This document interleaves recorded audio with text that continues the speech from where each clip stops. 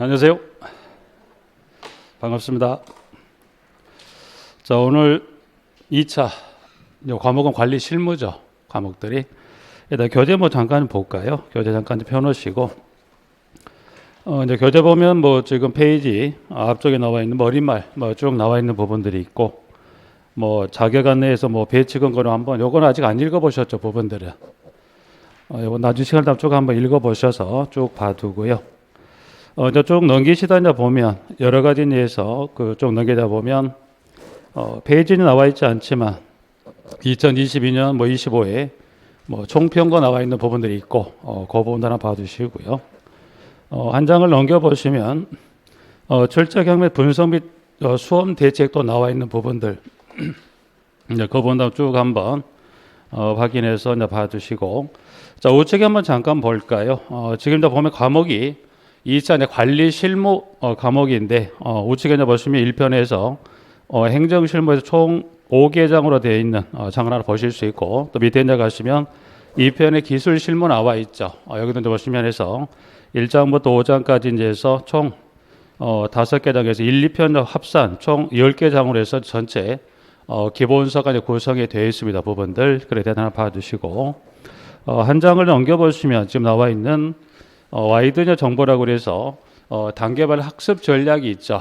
그것도 쪽에서 한번 여러분들이 여기 시험에 나올 부분들은 아니죠. 한번 쭉 한번 읽어보셔서 봐두시고, 한 장을 좀 넘겨보시면 책의 차례가 좀 나오죠. 아까 좀 전에 크게 1, 2편의 목차를 한번 보면서 총에서 5개 장을 한번 확인했었고, 넘겨보시면 이제 1편의 그 행정 실무라 해서 이제 보면 각 장의 이제 그 소 제목에 1장에 공동체 관리 개요에 지금 01에부터 이쪽에서 2장의 세부적인 항목들 우측에 이제 보시면 3장에 사무관리라든가 쪽에서 5장까지 나와 있고요. 그 다음 2편에 나와 있는 기술 실무 2편에 1장에 건축물 시설물 관리라고 해서 1장 부분 나와 있고, 또 한 장 넘겨보시면 2장부터 해서 여러분들이 5장 나와 있는 부분들이 있습니다. 부분들은 지금 여러분이 1차 지금 수업하고 계신 과목 중에 1차 시설 개론 수업하시죠. 부분들 1차 시설 개론은 어떻게 보면 절반 뒤쪽에 되는 건축 설비 파트 지금 수업을 일부 들어가시거나 하실 건데,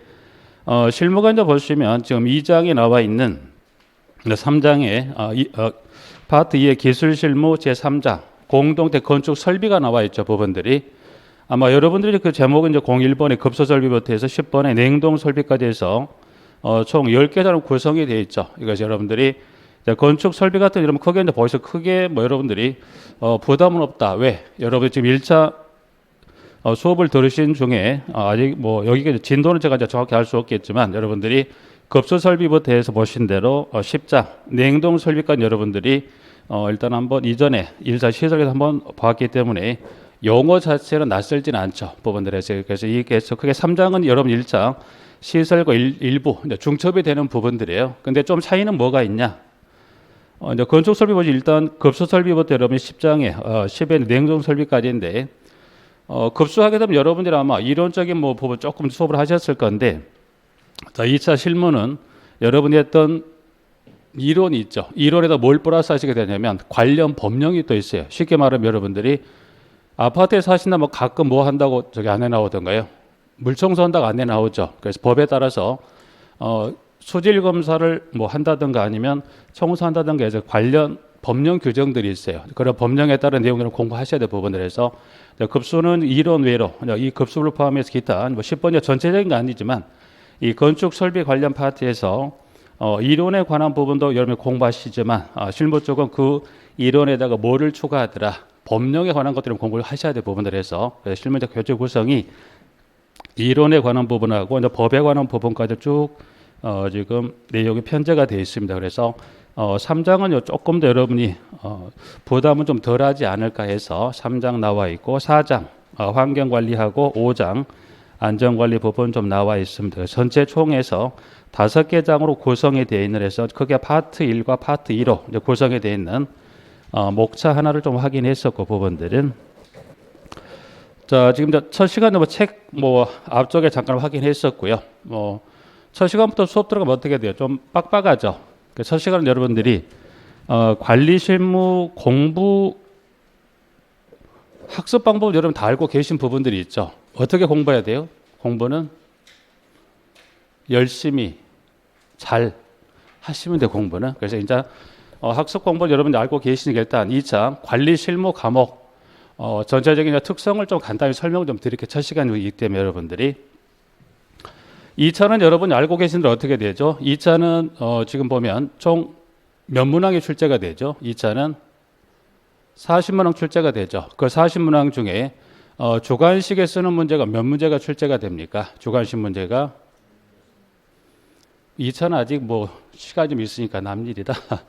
2차도 금방 시간 돌아오죠. 부분들에서 여러분들이 2차는 총 40문제 중에 몇 문제가 16문제가 주관식이기 때문에 여러분들이 1차는 여러분들이 주관식 안 오다 보니까 어떻게 2차 여러분이 쓰시는 연습이 충분히 돼야 할 수 있다 부분들을. 그래서 그런 법 좀 주의하시면서 일단 총 40문항 중에 16문제가 어떻게 주관식. 그래서 주관식 기입형 여러분 오시면 총 16문제 중에서 가로 기입형이 총 몇 가지 그 보면 주관식 문제 그 기입형이 가로 하나, 그다음에 가로 둘, 그리고 가로 세 개에서 총해서 주관식 유형을 보시면 가로 기입형이 되는 보시면 기입형의 그 문항 유형이 16개의 문항의 전체가 다 아니라 그 중에 일부를 보시면 가로 기입형 하나를 쓰시는, 가로 기입형에 뭐 2개를 쓰시는, 또 경우에 따라서는 주관식 한 문항 내에 주관식 기입형 몇 개를 쓰시는 문제가 최대가 나오고 있습니까? 총 3개까지 출제가 됩니다, 여러분들. 그러면 점수는 어떻게 할 거냐 그래서 보시면 한 문항이 2.5에서부터 보시면 배점은 좀 달라요. 그런 배점이 다르기 때문에 여러분들이 주관식 문제는 총에 나오기 때문에 이 형태로 출제가 된다는 것 좀 간단히 하나 확인해서 잠깐 말씀드리는 거고, 법규도 동일합니다. 법규도 40문항 중에 16문제, 그리고 주관식은 법규도 마찬가지 총 하나에서 몇 개까지? 3개까지 출제가 된다. 이제 그래서 뭐 아마 그 정도 충분히 안내 받으셨을 거니까 그 정도에서 과목 속에 잠깐 정리하시고, 여러분이 지금 하실 거는 이 공부를 하셔가지고 어디에 지금 취업하시고 여러분이 공부하고 계신 거예요? 여기 어디에 취업하시자? 아파트에 취업하시죠. 그래서 주 목적 여러분 이 공부하시는 분들 대다수 아마 99%라지 거의 한 95%가 뭐 하시더라? 취업 목적이신 부분들에서. 자, 그러면 그 전에 하나 용어들만 간단히 이제 다음 주에 용어 정리를 들어갈 건데 들어가시기 전에 간단하게 몇 가지만 한번 봐볼까요? 여러분들이 보시면 하나의 주택 단지 잠깐 볼까요? 자, 주택 단지라고 쉽게 하면 이 하나의 동그란 원, 이 하나의 동그란 원에다가 뭐더라 여러분이 이 아파트를 여기 하나 짓고자 합니다. 이 아파트 지을 땅을 이걸 뭐라 해요? 이거를 주택 단지라고 그래요. 주택 단지. 자, 이제 그러면 요 동그란 이 원을 하나의 주택 단지로 봤을 때 이 주택 단지에 누군가는 뭐 해야 돼요? 사람이 살 수 있는 여러 가지 각종 시설 등을 집어넣어 줘야 되죠. 부분들이. 그러면 요 주택 단지에 그 각종의 시설 등을 집어넣을 사람 여러분이 앞으로도 그 수업을 하실 때 용어는 여러분 여기를 뭐라고 접근해 보시고 여기를 누구라고 여기 칭하자. 이거를 사업 주체입니다. 그러면 사업 주체라는 사람은 어떤 역할을 하는 사람을 말할 거냐 그래서 이제 보시면 이 하나의 주택 단지, 이 동그란 이 주택 단지는 뭐더라? 사람이 살 수 있는 여러 가지 각종 시설을 집어넣어서 하나의 이 주택 단지를 완성해서 그를 필요한 사람이 뭐더라? 이제 건설을 하고 필요한 사람들에게 공급도 하죠. 근데 공급만 하는 게 아니라 공급을 끊는 게 아니라 이 공급을 해서 이 법에 따른 일정 요건까지 이 하나의 주택 단지를 관리하는 사람을 앞으로 그걸 누구라 칭한다? 사업주체예요. 사업주체. 그러면 이제 사업주체가 이 하나의 주택 단지를 뭐뭐를 집어넣을까? 그럼 여러분 이거는 뭐 크게 어려움이 없죠. 뭐가 있습니까? 여기 하나 이 사람 여기 안에 뭐뭐를 여기다 집어넣어줘야 돼. 거주 공간이 뭐가 필요한가요? 거주 공간인 주택, 거주 공간인 주택이 필요합니다.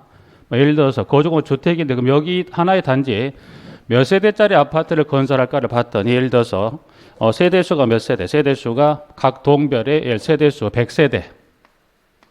100세대에서 동은 총 몇 개도? 그래서 보니까 1동부터 총 몇 동까지 있더라? 10동까지, 10동까지 하게 되면 이 사업자 이 하나의 주택 단지를 건설을 한다. 그러면 총 몇 세대가 거주할 수 있는 이 단지를 건설하더라? 1000세대죠. 1000세대. 그러면 여기 단지는 거주 공간이 주택만 있어가지고는 생활할 수 있다 없다. 생활 거주가 힘들죠. 그러면 여기 주택에 딸린 각종 시설 설비라고 해서 여기 사업자인 사람 이 주택 위로 뭐를 또 집어넣습니다. 여기다가 이제 보시면 여기다가 뭐를 집어넣었다 여기다가 부대시설입니다. 자, 그럼 부대시설은 어떤 시설을 말합니까? 라고 봤을 때, 여기 용어 잠깐 들어가지 간단하게 설명드리면, 이 거주공원이 주택에 딸린 각종의 시설과 설비를 앞으로 이거를 어떤 시설이라고 칭하는데 이거를 부대시설이라고 부대시설 하나. 그러면 부대시설은 여러분 하나 대표적인 거 뭐가 있을 수 있을까요? 하나 예를 든다면 여러분들이 차를 갖고 그럼 일단 여러분들이 출근하셨다가 퇴근하면 어떻게 차를 갖고 이 하나의 주택 단지로 들어왔을 때 차를 어디다 세워 놓습니까? 주차장이죠. 그래서 자, 그런 주차장도 이 부대에 하나 지금 들어갈 수 있는 거고, 좀 전에 급수 설비를 보자. 그러면 우리 집에 물이 들어옵니다. 그 물은 어떻게 돼요? 외부에서 상수도 본관에서 물을 받아서 그 물이 단지 내 어디로 물을 들어오게 돼 있더라? 저수시설이 있죠. 그 저수시설도 뭘로 보는 거예요? 여기서 부대시설로 보는 거예요. 그래서 각종 그와 같은 여기 딸린 시설 설비 이걸 뭘로 보자? 부대시설. 또 아니면 예를 들어서 승강기 있죠. 승강기도 뭘로 볼 수 있다? 여기 부대시설에서 그 각종 시설 설비를 뭐라 하죠? 이거를 부대시설입니다. 자, 그러면 부대시설만 있어가지고 생활할 수 있다. 그건 힘들죠. 또 무슨 시설 여기다 집어넣어야 될까요? 주택에는 누가 살아요? 사람이. 그럼 사람이 사는 이 주택 내에 거주하는 사람들의 생활에 편리시설도 필요하죠. 그 시설을 요거를 뭐라 하는데 이거를 여러분이 들어는 보셨을 무슨 시설? 복리시설이에요. 복리시설. 자, 그러면 복리시설은 어떤 시설을 요걸 말합니까? 라고 봤을 때 요 주택에 거주하는 사람들의 생활의 편리시설을 이걸 뭐라 하더라? 복리시설이에요. 그러면 자, 그러면 예를 들어서 복리시설은 또 뭐가 있을까? 복리시설은 또 뭐가 있을까? 예를 들면 가장 대표적인 게 뭐가 있을까요? 나이 드신 분들이 시간을 보낸 장소 뭐가 있다? 경로다. 그러면 일단 그러면 그 명칭을만 여러분 그 나이 드신 분 이 단지 내 거주하는 그 일정 시간을 보낸 장소를 경로당이라고 합니까? 노인정이라고 합니까? 예를 들어서 써야 된다면 경로당으로 써야 될까요? 노인정으로 써야 될까요?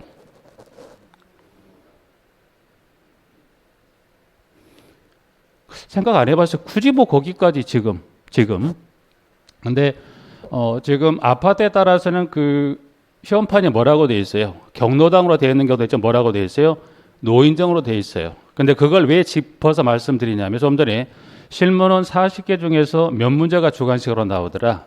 16문제예요. 그러면 만약에 그 관련 이 봉의설 중에 방금 말씀드렸던 등등등에 따라서 시간을 보낸 장소 관련 그 용어 정의를 주고 용어를 쓰셔라 했을 때 1번 경로당, 2번 노인정을 했을 때 이 중에 정답은 노인정 경로당을 써야 돼. 언제가 써야 돼? 뭐라고 써야 될까요?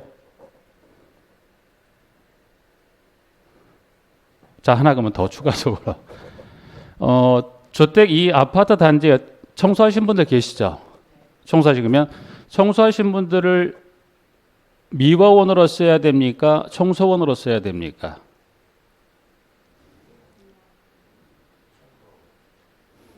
그것도 생각 안 해봤어요. 뭐 굳이 거기까지는. 근데 주관식이기 때문에.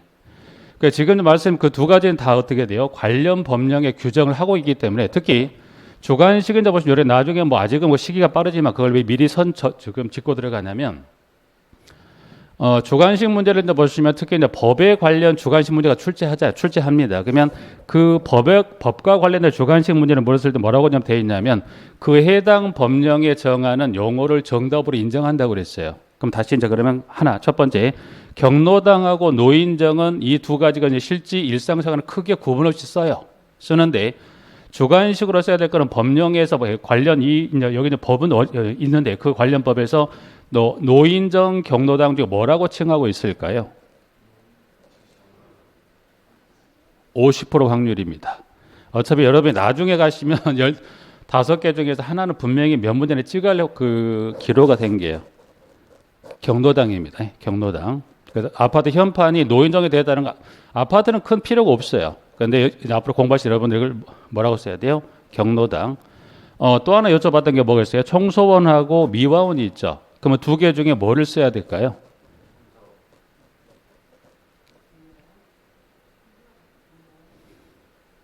청소화재만 있으면 안 되고 그러게. 미화원일까요? 청소원일까요? 법상은 청소원으로 되어 있어요. 네, 그런 용어들이 있다고 말씀드리겠는데 물론 관리 관련 용어들 다 그렇진 않지. 일부 여러분이 일상생활에 쉽게 접하는 용어들 중에 방금 경로당이라든가 총성 같은 경우는 자주 접하지만 그 용어로 일상생활에 쓰지는 않잖아요. 이제 그런 부분이기 때문에 말씀드리는 거. 그러면 그런데 봉의설은 경로당 있을 수 있는 것도 하나. 애들 관련에 뭐가 있어요? 어린이 놀이터 있죠. 이제 그런 부분에서 단지를 그래서 이 사업 주체라는 사람은 이 하나의 주택 이 주택 단지 예를 들어서 여기가 뭐 1000세대짜리 뭐 종로 박물관 아파트를 건설한다 가정했을 때 이 1000세대 단지를 건설할 때는 뭐 사업자는 이 안에도 뭐를 집어넣어야 돼요? 거주 공간인 주택하고 그리고 이 딸린 시설 설비 관련 부대 시설을 또 뭐를 집어넣어야 돼요? 주택에 사는 사람들의 뭐 편의시설을 뭘 설치하더라? 봉의세를 이거를 건설 여기다 건설을 해요. 사업자인 사람이 건설도 하지만 필요한 사람은 뭐예요? 공급도 해줍니다. 그러면 사업주들은 이 하나의 이 단지 1000세대 아파트를 이와 같이 어떻게 짓겠다라고 사업계획 승인을 맡아서 그 승인대로 건설을 해서 잘 지었는데 사용검사를 맡고 입주하겠죠. 입주하면 이 사람은 떠납니까? 아니요. 법에 따른 일정 요건이 충족될 때까지 한시적으로 관리하다가 그에 따른 요건이 충족이 되면 그때 사업 주체는 떠나가게 됩니다. 이제 그럼 이 사람 어떻게 갔네요? 저 갔으면 누가 이 단지를 관리해야 될까요? 그러니까 여러분이 두 번째 뭘 생각하시면 되냐면 두 번째는 뭐가 있더라? 관리 주체입니다. 관리 주체. 뭐 질문 그대로 뭐예요? 관리 주체라는 이 하나의 이 공동주택 단지는 뭐더라? 관리하는 사람을 누구라 칭하더라? 법에서 이거를 관리 주체라고 그래요. 관리 주체. 자, 그러면 관리 주체라는 사람이 하나의 주택 단지를 관리하는 사람 누구라? 관리 주체라 합니다. 자, 근데 지금 좀 전에 그럼 크게 세 개력을 나누었어요. 뭐예요? 거주 공간이 주택하고 버디에이스라고 봉의력 크게 요거를 세 개 공간 나눈 이거를 줄여서 이거를 두 개 공간으로 나눈다면 무슨 부분 나눌 수 있어요? 이 하나의 이제 이 주택 단지를 크게 세 개였던 것을 두 개 부분 나눈다면 크게 무슨 부분 나눌 수 있냐면 한 세대가 살 수 있게끔 구획이 된 부분을 그걸 무슨 부분이라? 이거 쉽게 말하면 우리 식구들이 사는 그 공간이 있죠. 그 공간을 뭐라고 이걸 칭합니까? 전유 부분이에요. 그러면 전유 부분을 제외한 그 외에 나머지 모든 부분은 뭐라고 칭할까? 함께 쓰죠. 무슨 부분?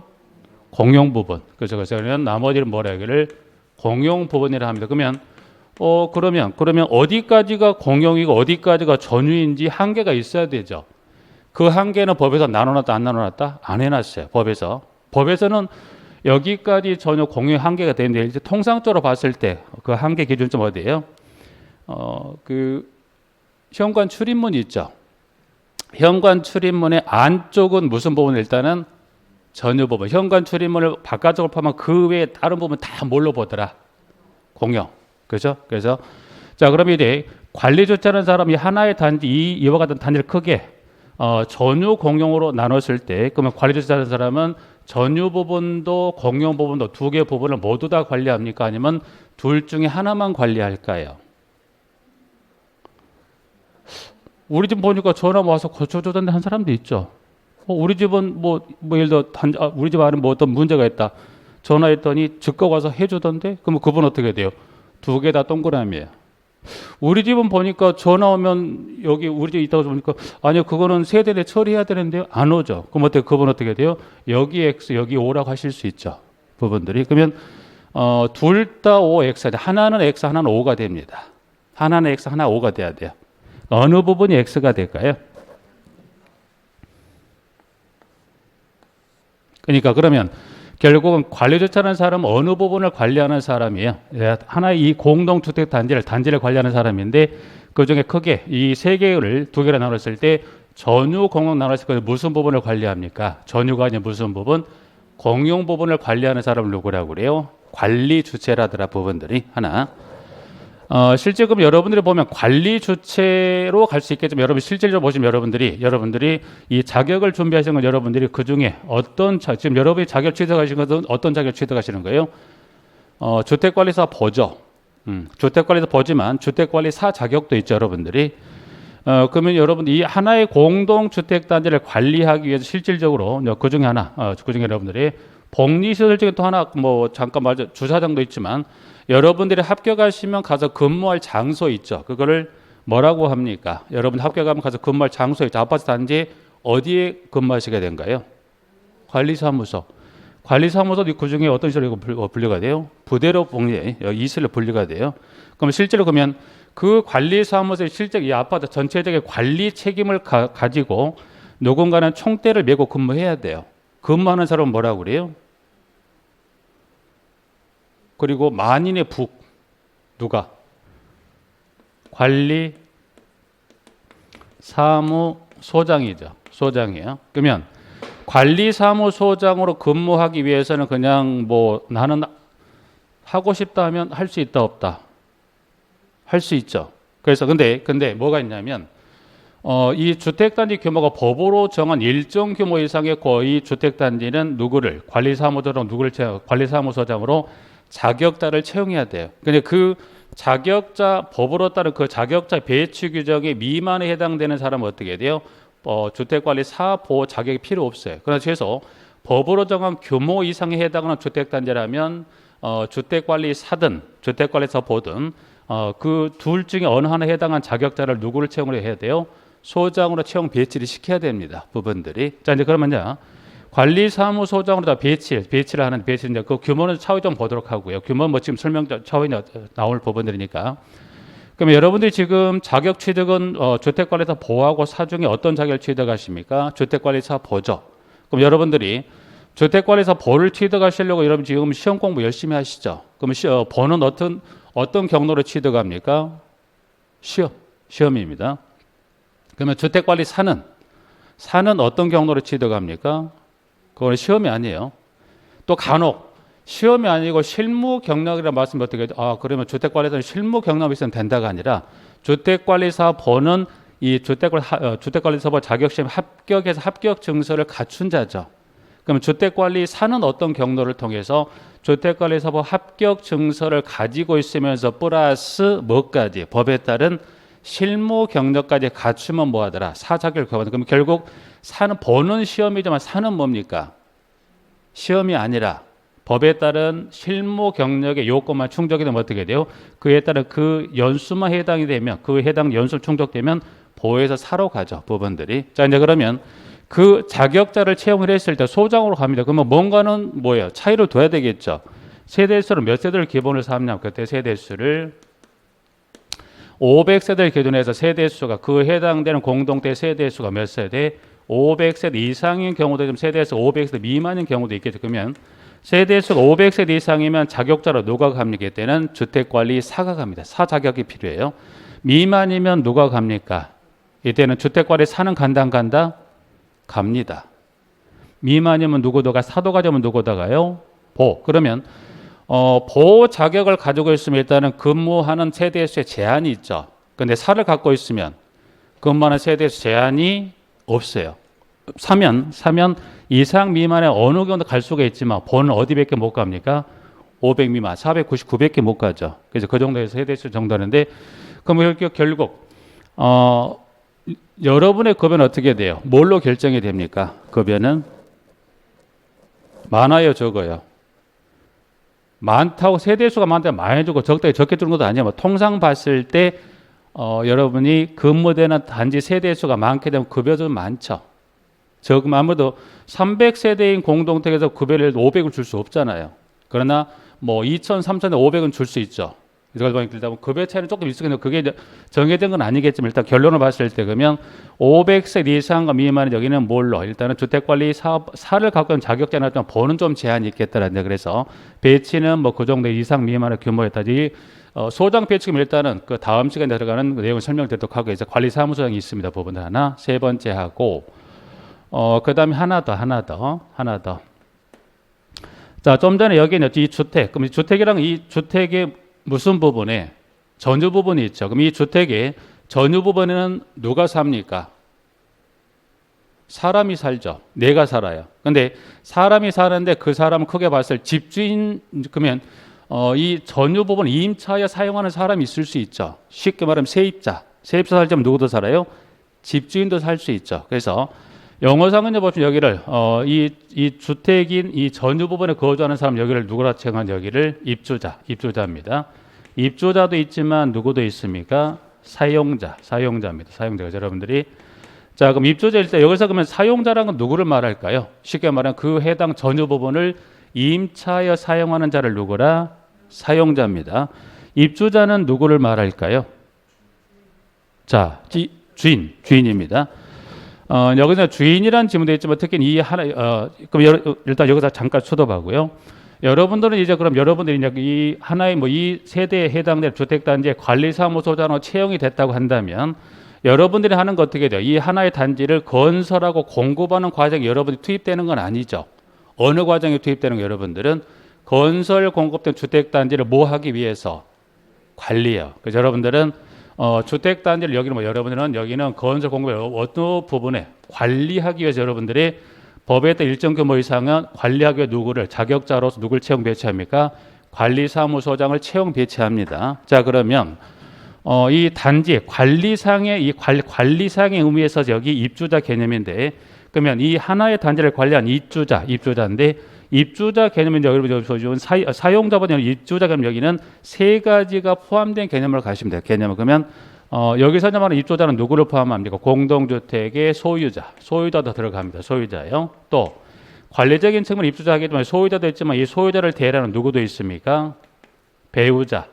또 소유자를 대리하는 누가 또 있을 수 있다? 직계 존비속도 있죠. 그래서 여기서 이제 따로 이게 지칭을 하지만 여기서 이 관리적인 측면 입주자하게 되면 몇 가지 개념에 포함됐다? 세 가지. 누가? 소유자, 대리하는 배우자나 직계 존비 의미하는 입주자 개념을 생각하시면 돼요. 그래서 입주자 있고 누구도 있다. 임차의 사용 누가 있습니까? 사용자. 그래서 입주자 등. 그럼 지문이 혹시 보시면 여러분이 이제 공부하시다가 혹시 보시면 여기 입주자 등 하게 되면 누가 포함되는지를 생각하시면 돼요.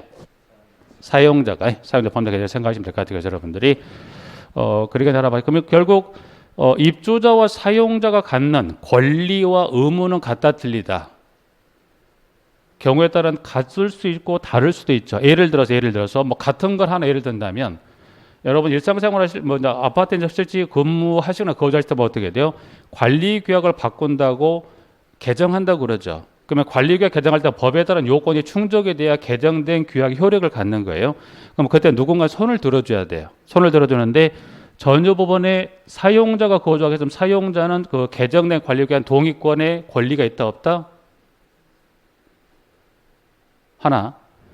그러면 만약에 사용자가 전유에 거주하게 했으면 어떻게 돼요? 없다면 어떻게 돼요? 이 임차해주고 나간 입주자, 소유자한테 이 사람이 와서 OX 해야 될까요? 아니에요. 관리규약 개정 시에는 사용자도 찬성 반대 권리권은 같습니다. 물론 입주자 가정은 당연히 있는 거고 이제 사용자 여쭤보는 거고요. 또 하나 여러분이 보시면 관리비 고지서에 보시면 장기손 충당금이 있죠. 장기손 충당금은 돈이에요. 그러면 돈은 사용자는 장기손 충당금의 부담 의무가 있다 없다? 있다. OX? 전부 다 오십니까? 어떤 근거에서? 내고 있으니까 아니면 징수하고 있으니까 X예요. 왜? 장기손 충당금이 등등 여러분이 자주 들어보신 용어인데 일단 사용자는 장기손 충당금의 의무가 법에서 규정을 부담하지 않습니다.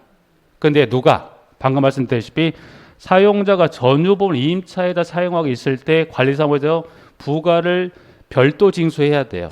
그러면 별도 징수하는 건 누가? 일단 임차 사용자가 입주자가 거주하는 그곳으로 뭐 고지서를 보내는데 절차를 통해야 돼. 근데 있는 사람도 안 내는 그 돈을 예를 들어서 외국에 거주할 수도 있죠. 외국에 보내요, 못 보내요? 갔는지 안 갔는지도 모르죠. 같은 서울 쪽이라도 뭐 멀리 있으면 어떻게 해요? 고지서 보내면 안 내면 끝이에요. 그러다 보니까 법에서는 분명히 장기손 충당금 누구는 사용자는 부담 의무가 없어요. 근데 그래서 그러다 보니 실제 아파트는 어떻게 합니까? 관리비와 구분징수라고 해놨지만 실제 징수상의 어려움이 있다 보니까 실제 대다수 공동택은 관리비에 사용자가 전 임차하고 있는 경우라 하더라도 관리비에 사용자 이 고지의 이 장기손 충당금을 포함 부과해버리죠. 그러니까 누가 낼 수밖에 없어요. 그러니까 법에서는 그 후속 체계로 이제 보시면 이런 경우가 있다고 한다면 뭐 사용자는 등에 따라 절차를 청구할 수 있다. 그럼 소유자는 반환한다 규정을 해놨어요. 근데 대다수는 여러분들 아직 뭐 공부를 하지 않은 입장이라고 한다면 내가 냈거나 내가 징수하다 보니까 이건 내야 될 돈이 아니에요. 내는 돈이 아닙니다. 부분들에서 그런 권리관계 이제 그 부분들 갖다 들려 같은 것도 있지만 다른 것도 하나 그럼 예를 들어서 여기는 이 하나의 이 주택단지가 있으면 이 의결기구 있죠. 의결기구가 뭐가 있더라? 입주자 대표 회의 있죠. 입주자 대표 회의 구성하려면 구성원이 누구를 뽑습니까? 구성원.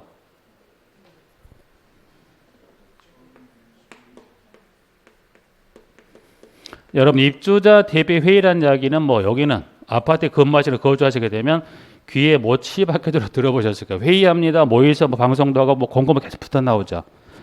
입주자 대표를 구성하려면 일단 여기 구성하려면 구성원은 누구라고 그랬습니까? 일단 그럼 이 입주자 대표 회의 구성하려면 일단은 구성원이 필요하죠. 구성원을 뭐라고 칭합니까? 스시오라고 만약 했다고 한다면 아까 예를 들어서 경로당 노인장 하듯이 만약 입주자 대표 회의 구성원에 관한 명칭을 가로 기입형으로 물었다면 이 기입형에 관한 용어를 쓴다면 이 구성원의 명칭을 쓸 때는 뭐라고 써야 될까요? 1번 아직 주관식은 여러분 낯설죠? 객관식으로 하서 1번 동대표, 2번 동별 대표자. 동대표입니까? 동별 대표자입니까? 동대표? 아직 여러분의 그 조금 지금 여러분이 지금 처음이라 그렇지 뭐 한 5, 6개월 지나서 여러분들이 눈치가 좀 늘어가시잖아요. 그게 뭐예요? 실력이 그것도. 여기서 앞에서 말한 사람 의도를 여러분이 지금 캐치를 못하시면 조금 한 5, 6개월 쫙 지나면 어떻게 돼요? 모의고사 몇 번 보시고 어떻게 돼요? 출제 의도나 물어본 의도를 그때 여러분이 아시니까 지금 여러분 답이 안 오게 때는 하시는 근데 일상 뭐라고 많이 칭해요? 일상적으로 봤을 때 서로 간에 뭐 대화를 한다거나 뭐 아파트에 모임했을 때 뭐라고 말합니까? 동대표라고 그래요. 동대표. 그래도 문제 있어요? 아무런 문제 없어요. 근데 시험 보는 여러분 입장에서는 뭐라고 일단 명확히 정리하셔야 돼요. 동별 대표자. 그러면 동별 대표자 명칭 정리해. 그럼 이 동별 대표자 될 수 있는 권리는 입주자는 같습니까? 같지 않을까요?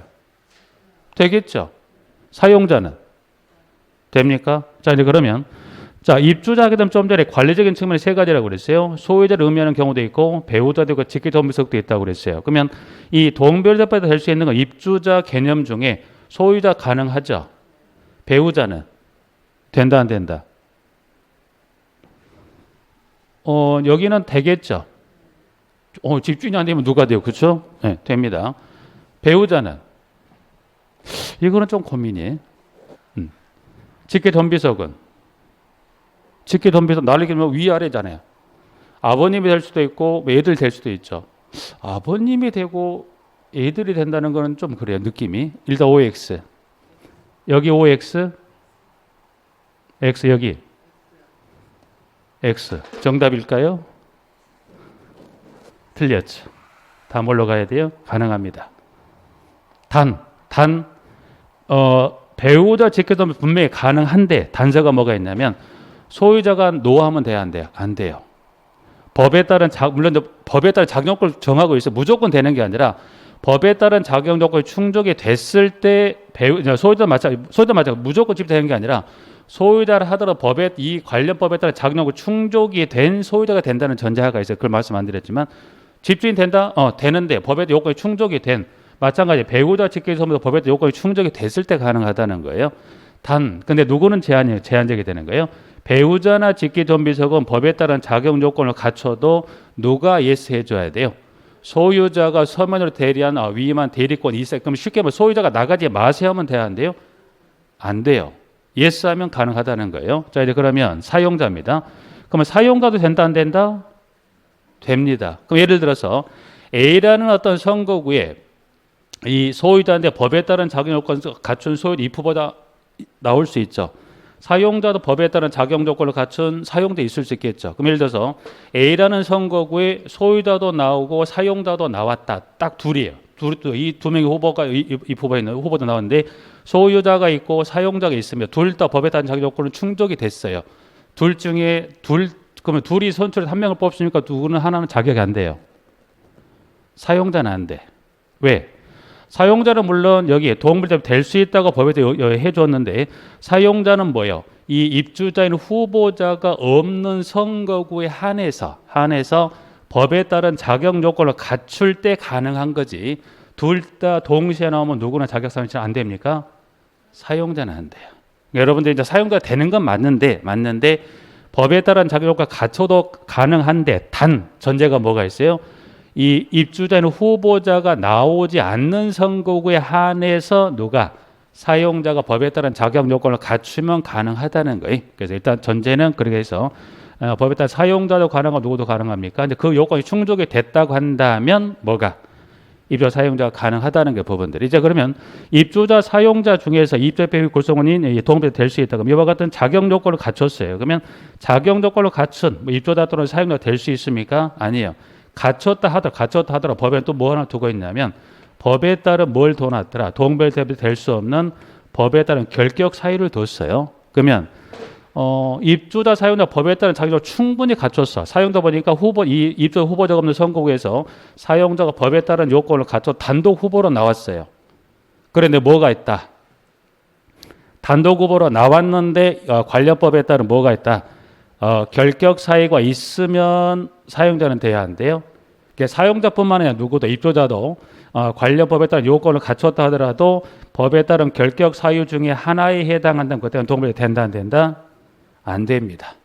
그럼 결국 자격 요건이 갖춰야 되는 거고 두 번째 뭐가 필요합니까? 결격사에 해당이 안 된 사람들이 후보자로 나와서 관련 선거구 법에 따른 요건에 따라서 선거에 선출하게 돼 있어요. 그렇게 선출된 사람들로 뭘 구성합니까? 입주대표를 구성해요. 그래서 지금 좀 전에 말씀드렸던 세 번째 관리사무소장을 채용 배치를 해야 되고 그리고 입주대표를 구성하게 되어 있는데 소장을 채용 배치해야 되거나 아니면 입주대표를 구성하는 거 어떻게 돼요? 그때는 법에 따른 일정 규모 이상이면 소장을 배치해야 한다. 입주대표도 무조건 다 구성한다. 아니라 법에 따른 일정 규모 이상 공동체를 구성한다는 법적인 구성의 그 세대수 규모를 두고 있어요. 이거 설명을 드릴 거니까 해서 여러분들이 크게 사업 주체부터 해서 5번 입주대표 회의까지 설명을 좀 드렸었고 이제 간단히 용어 설명 드린 부분들이니까 요거하고 뭐를 요거 따라 잠깐 설명 드려볼까요?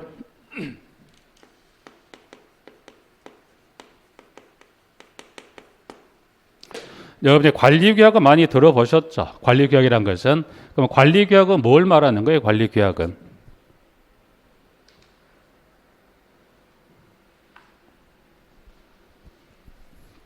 관리규약은 뭘 말합니까? 예를 들어서 여기가 종로 방문각 천세대인 종로 방문각에 종로 방문각에 뭐가 있더라? 관리규약입니다. 관리규약이에요. 있습니다. 그러면 관리규약은 어느 부분에 이 천세대인 이 종로 방문각 아파트를 관리하기 위한 자치규약이 있죠. 자치규약. 이제 관리규약은 쉽게 말하면 이거는 자치규약이에요. 자치규약. 스스로 정한 거예요. 스스로 정해서 이 종로방학 이 천세대 아파트를 관리하자. 쉽게 말하면 대한민국 헌법이 있죠. 헌법이 딱 그 개념으로 가시면 돼요. 그래서 그러면 여기 관리규약의 효력은 어디에 미칠까요? 어디만 국한되는 거예요? 여기만. 인근에 있는 예를 들어서 인근에 있는 서울 아파트 있다. 몇 세대? 여기 서울 아파트라고 해서 여기도 몇 세대짜리겠어요? 1000세대 아파트 있어요. 그럼 이 서울 아파트에 1000세대짜리 여기 가도 뭐가 있습니까? 여기 가도 관리규약이 있죠. 자치규약이 있습니다. 그래서 주택단지마다 뭐는 다 있습니까? 관리규약이기 때문에 관리규약은 결국 이 하나의 공동단지를 관리를 어떻게 따른 그 정한 그걸 자치규약이라고 부분들이. 자, 그러면 자치규약에는 자치규약에서 있다 그러면 만약 관리규약에 정하고 있는 일정의 이 내용들이 관련 법에 위배될 수도 있죠. 예를 들어서 좀 전에 여기 사용자도 동별대표자 제한적이긴 하지만 법에 따른 요건을 갖추면 누구도 사용자도 법에 따라 가능하다고 그랬죠. 그런데 이 A 종로 방목 아파트에서 아무리 법에 그랬다 하지만 사용자가 된다는 건 말이 되지 않는다. 그래서 우리 아파트는 법에 따른 작용적 갖춘 사용자도 규약으로 정해서 동별대 될 수 없다라고 규약에 정할 수도 있겠죠. 그럼 그 규약은 효력이 유효할까요? 무효할까요? 그 부분에 하나 무효로 됩니다. 그럼 무효로 했다는 거 뭘 따라줘야 돼? 관련법의 규정을 따라야 되니까 자치규약인 이 관리규약이 맞는 건 맞지만 이 관리규약이 어디 위반되면 관련법에 따른 규정 위반이 되면 된다 안 된다? 안 된다. 위반되면 해당 위반되는 규정은 그 부분에 한해 뭐라고 뭘 따른다? 관련법을 따른다는 거예요. 예를 들어서 동별 대표들을 두고 싶어요. 자, 그러면 여기도 천이죠. 자, 그러면 여기 종로 방문각은 동이 10개 동이니까 뭐 복잡하게 하지 말고 그냥 한 동에 100세대니까 그냥 세대 100세대당 동별 대표를 몇 명을 두자. 한 명을 두자 하고 온다면 이 종로 방문각의 동별 대표자 법에 따른 요건을 다 충족이 됐다 가정하에 1000세대인 이 종로 방문각 이 관리규약에는 우리는 세대당 100세대당 한 명을 두자 했다면 종로 방문각의 동별 대표자 수는 몇 명이 될까요? 10명이죠. 10명이에요. 그런데 인근에 있는 서울 아파트는 관리규약으로 뭘 정해놨어요? 100명, 세대당 100세대 한 명밖에 조금 부족하지 않을까. 그래서 이 서울 아파트는 어떻게 돼요? 우리 서울 아파트 규약을 보니까 여기는 50세대당 한 명을 두겠다라고 정했다고 한다면 서울 아파트에 여기 동별 대표자 수는 몇 명일까요? 20명이요. 쉽게 무슨 말씀 드리냐면 관리 규약으로 이 하나의 단지를 뭐 정하나 자치규약한 건 맞는데 법으로 모든 것을 다 이 규약에 다 담을 수 없죠. 그냥 여러분이 보시면 뭐 법으로 정하지 않은 사항은 뭘 따라줘야 돼요? 여러분이 서울 같으면 서울시 소재 뭐가 있어요? 공동관리규약 준칙이 있죠. 준칙은 누가 정해요? 서울특별시장이 정하죠. 이제 준칙을 따라 하는데 그러면 준칙에도 정하지 않는 내용은 뭘 따라 그때는 어떻게 돼요? 그때는 자치규약으로 정하면 돼요. 규약으로 해서 규약으로 우리는 100세대 한 명은 몇 명? 10명이지만 규약으로 50세대 몇 명을 20명은 두겠다면 20명 할 수 있죠. 부분에서.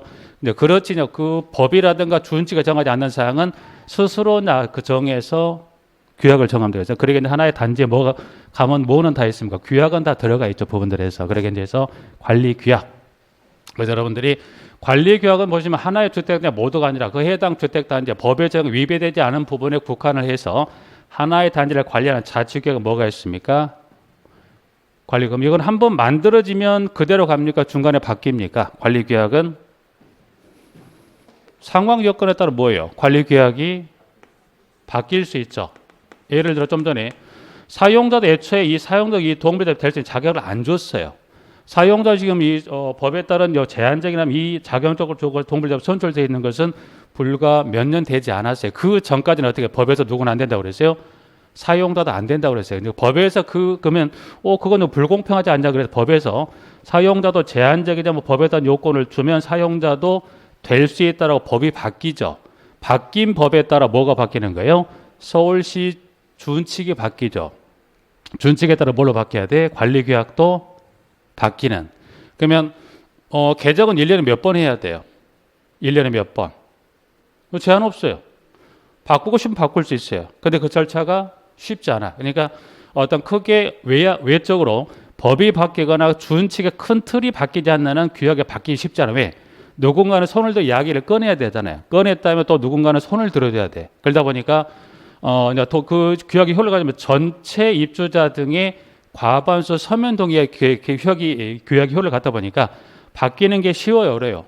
어렵다 보니까 잘 안 하려고 그랬는데 외적으로 법이 바뀌거나 그런 것들은 어쩔 수 없잖아요.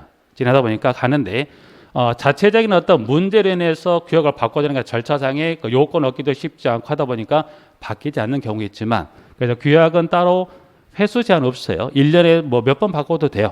근데 그게 쉽지 않다 보니까 뭐 이제 그것들 바뀌는 경우도 있기는 하겠지만 이렇게 관리 규약이 개정이 되는 것도 횟수 제한은 따로 없다. 이 개정할 때 누구도 손은 들어서 제한도 가능하고 동의도 가능합니까? 사용자도 제한권에 들어가는 동의권 행사할 수 있다 없다? 있다라는 거예요. 부분들에서 영어로 하면 이 정도 뭐 기초적인 부분들이니까 사업 주체라든가 해서부터 관리 규약까지 설명을 드렸고 좀 더 그 설명을 미뤄왔던 거는 좀 쉬었다 다음 시간에 여러분들하고 교재 잠깐 볼까요? 다음 주 교재는 이제 보시면 여러분들이 그 파트 1의 행정실무에서 이제 보시면 행정실무에 쭉 넘겨서 교재 페이지 한번 잠깐 볼까요? 첫 시간에 조금 간단히 설명을 드렸던 부분들이고 교재는 지금 챕터 1이다. 그래서 32페이지 있죠. 용어에서 기초적인 용어 관련한 챕터 1의 용어상의 정의부터 해서 쭉 간단하게 좀 설명 좀 드릴게요. 부분 좀 쉬었다가 챕터 1의 관리 개요부터 살펴보시겠습니다.